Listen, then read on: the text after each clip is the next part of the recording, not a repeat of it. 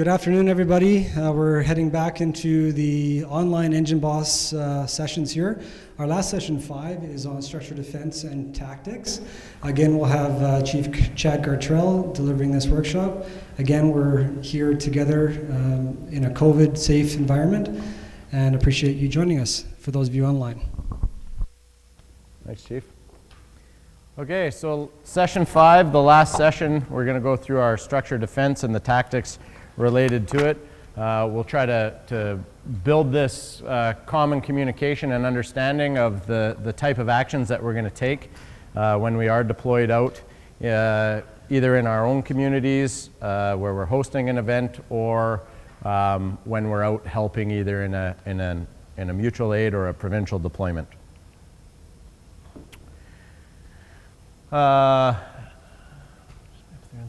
So, structured defense involves an understanding of tactical operations, when and where these tactics are appropriate with the current fire behavior. So we're determining what we're going to do based on what we have. Part of what we have is an understanding of what's coming as well. So that's where we need to make sure that we have that situational awareness, as we've talked about in all the other sessions, continually working through our decision-making model. Can you go back to the first slide for a second? Sure. Hey, Chief, do you want to comment on that hand-drawn map there? That was. Yeah, so this hand-drawn map was within the first few hours of the Christie Mountain wildfire last summer. For those of you that were there, I think Joel, you were with me on this, or I was with you, and we didn't have any. This was an unknown area, one way in, one way out. And for those coming in, we didn't have maps readily available because the systems crashed at the regional districts. We couldn't get any maps. So I took 5 minutes, pulled over to the side of the road and wrote this out. For those coming in, I screenshot it and texted it to people that contacted me coming into this event. So they know staging is there. There's the names of the roads, and we're working at the top right, left corner there, where you can say PFD. And that's where we're setting up structure protection at that time. So this was used throughout the event for the whole duration because we just couldn't get maps. But it worked, and those coming in knew where to go for staging. Yeah, you can also find these maps on pizza boxes and rolls of mountain money. Yeah.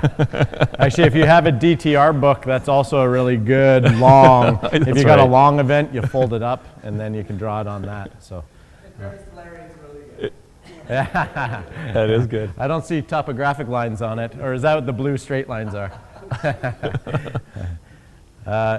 And again, like people reaching out to Chief on the way in, and actually having that before they arrive in an initial attack. What an incredible resource to know as you're heading up, off of East Side Road, how am I getting into this place? Yeah. Because it looks like a spider web getting in there.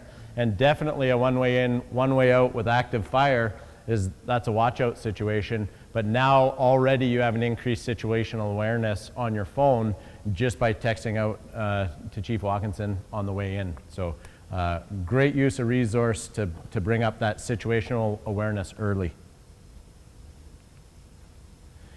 In some instances, your mobility is critical to the task of the structure protection. In other situations, it requires maintaining a static position. So we're going to go through probably the drawings that we've all seen in the past related to strategies and tactics in the WUI or the interface, or in the intermix. And then you must work in collaboration with all structure protection operations. So the strategy is defensive mode. So before the arrival of the fire, when the fire front arrives, and after the fire front passes.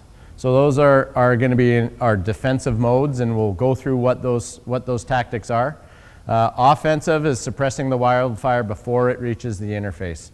So if the fire behavior, or where you're working on the actual fire, so the head of the fire may be down the valley and you're working on the flank that's progressing towards the houses slower than the head of the fire is moving. We're not in front of it, but we're on the sides. We can actively suppress that fire front, which is going to help us protect those structures in advance. So that's a combination of both. We could be defensive in one area, doing quick prep and go or rescue drive-bys, and we can be actively fighting the fire on another flank. So these are a lot bigger than your average structure fire in a community. They have, you know, big geographic areas that you can do different types of modes or strategies on.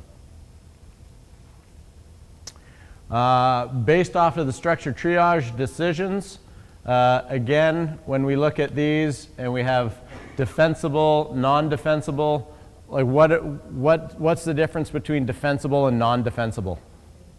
Safety zones, yeah. So safety zone, if we have those, it's defensible space. If we don't have those, it's non-defensible space, and we have tactics that go along with each one of those. So we're going to go through these further on in this deliverable. So tactical movement. This is something that we're going to really get into on day 2. It's important, something that I think is certainly discussed theoretically, but when we take it to what Watson and I have done in the past to the Wildfire Symposium, we were able to actually do this, and it was a real eye-opener to the importance of it. How do we move from place to place during a deployment and consistently ensure that we're moving safely, effectively throughout either the community or the wildfire area or even our area where we're deployed. So you want to form up and move out from a designated staging area or rendezvous point. If we have the opportunity, once you're in at the camp and you've gone in through planning and you've reported to the ops chief and they have a staging area for our apparatus, that's where we want to gather and start having a discussion about the types of apparatus we have, their capabilities. We're going to ensure we have appropriate radio communication between them, and we're going to determine what type of apparatus we want to have out front. So for us, if you get a strike team of engines, everything is an engine, it's all type 1s or all type 3s, you don't really have any choices. You're going to have a type 1 or a type 3 out front as your scout. But if you have a task force and you have type 6 engines, type 3s, tenders, is your most maneuverable engine or apparatus that you have is going to go out and scout. And you're going to determine how you're going to communicate when you come to Ys and roads. How are you going to wayfind throughout this area if you're outside of sort of a more municipal environment where there's street signs, which make it a fair bit easier. So the slowest apparatus with mechanical and or comms problems, they would go in the middle of your convoy, right? So hopefully through the interagency agreement, when an apparatus shows up, it meets all the requirements and we don't have any major mechanical issues. However, that doesn't mean that you might not have an older apparatus, not to say that they're going to have it, but the more likelihood of it happening would be with older apparatus. You'd put them in the middle so that they are more protected on each end by the other apparatus that are there. So we're going to maintain safe speeds, which is really important as we're traveling. So when we first did the symposium in Penticton, we had both our strike teams head out to Sunoka Beach in Summerland, and there was iron everywhere. There were apparatus all over, different speeds, all this stuff. We backed the apparatus in appropriately. We re-racked rigs. We got appropriate firefighting lines, so we're not pulling pre-connects with 95 GPM nozzles. We actually have forestry lines set up that we can quickly deploy and re-rack. And we had the conversation about tactical movement. We got everybody on the right radio channel, and then we determined who was going to go where. And when we came back from Summerland to Penticton, it was great communication on the radio. If the scout was going too fast, whoever was in the middle would say, hey, slow up. And it was great. As we pulled out of the provincial site, we actually had apparatus blocking the highway with their lights on so that everyone could come out at one time. So it was a real quick and easy way for us to communicate how we want to travel in a wildland incident. And having that continuity is super important, and it's going to increase the safety as we move through these communities. We want to minimize gaps, which I just spoke about. As the gaps got bigger, we got on the radio and communicated. I mean, what happens when you get big gaps, like moving through a community, right? You're gonna get infill of every car. It doesn't matter how big the space, you're gonna find it, and you get scattered out. So try to avoid that as best you can. Yeah, pre-engagement, you're gonna give brief orders, you're gonna give a travel plan, and you're gonna give another muster point at the end of your travel plan. We're not gonna travel a long distance and then start immediately engaging. We're gonna make sure that we have everyone together. You could be going through a community with stoplights and 2 out of 3 get through, and then 3 out of 4 get through, and eventually at the end of that community you have to have another spot where you're gonna get everybody back together and then proceed up to where you've been dispatched to. Question? Is there anything written that says we can't have like lights going on through the community as a whole to avoid the breakups in lights?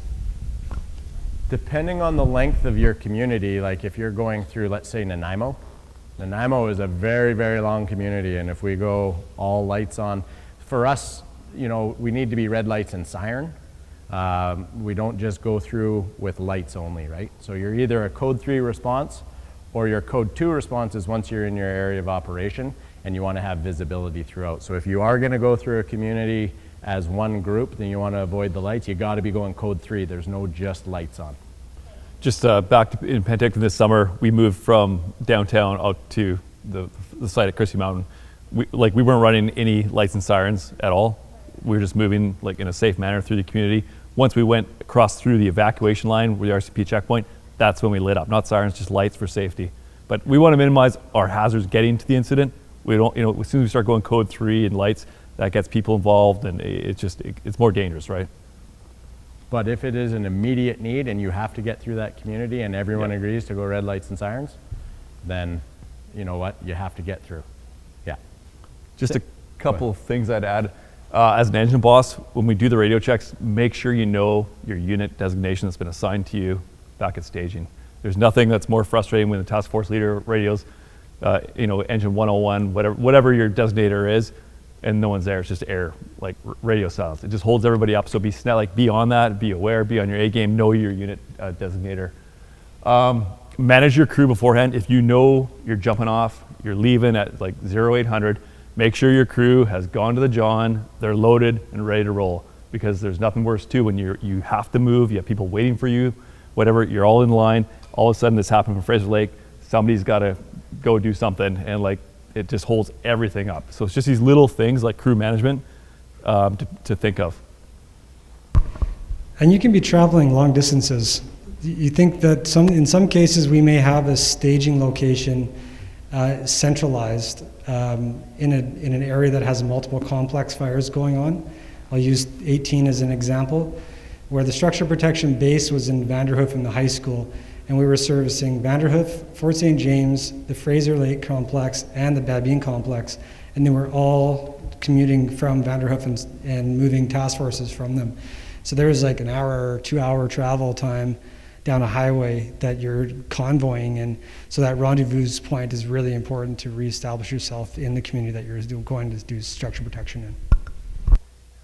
One of the things I like to identify within is if your apparatus has been deployed to the province, as a strike team task force leader, I'm asking what those capabilities are.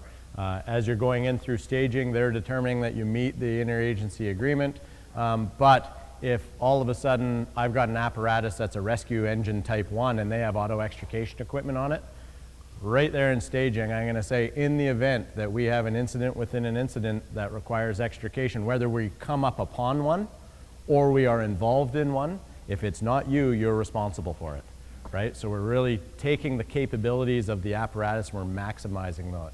We can determine if we have an incident within an incident of a medical emergency. You have got the AED and the oxygen therapy and you've got everything. Okay, you're going to be my lead. So you start assigning these tasks, almost like plans, logistics, all of that stuff. We also start planning out who's responsible for MBAs, who's responsible for medical emergencies, who's responsible. So, and one of the things that you want to make sure that you bring along from your community is your incident reporting. So in the event that there is a vehicle incident that you're part of, is that you start tracking that documentation, putting it in your 214, but making sure that your community is whole at the end of it. and they can recover that. And then whichever way we go out is the way we come back, and everyone goes back to the agreed upon endpoint, right? So it's not like, hey, we're a great job today, guys. Looks like we've been demobbed. Just send your paperwork back in and just go home from here. No, we're all going to meet back. We're all going to demob together before you're released from the incident. So, tactics. Check and go is a rapid evaluation to check for occupants at a structure who may require removal or rescue. So this may be removal or rescue because the fire is imminent and it's bearing down the mountain on them, or it may be because they chose to stay and now they're choosing not to stay, and you're making sure that you go back up in there and make sure that you're getting them out. So it's an initial attack for us. Because it's check and go, what do you think we don't have in this situation?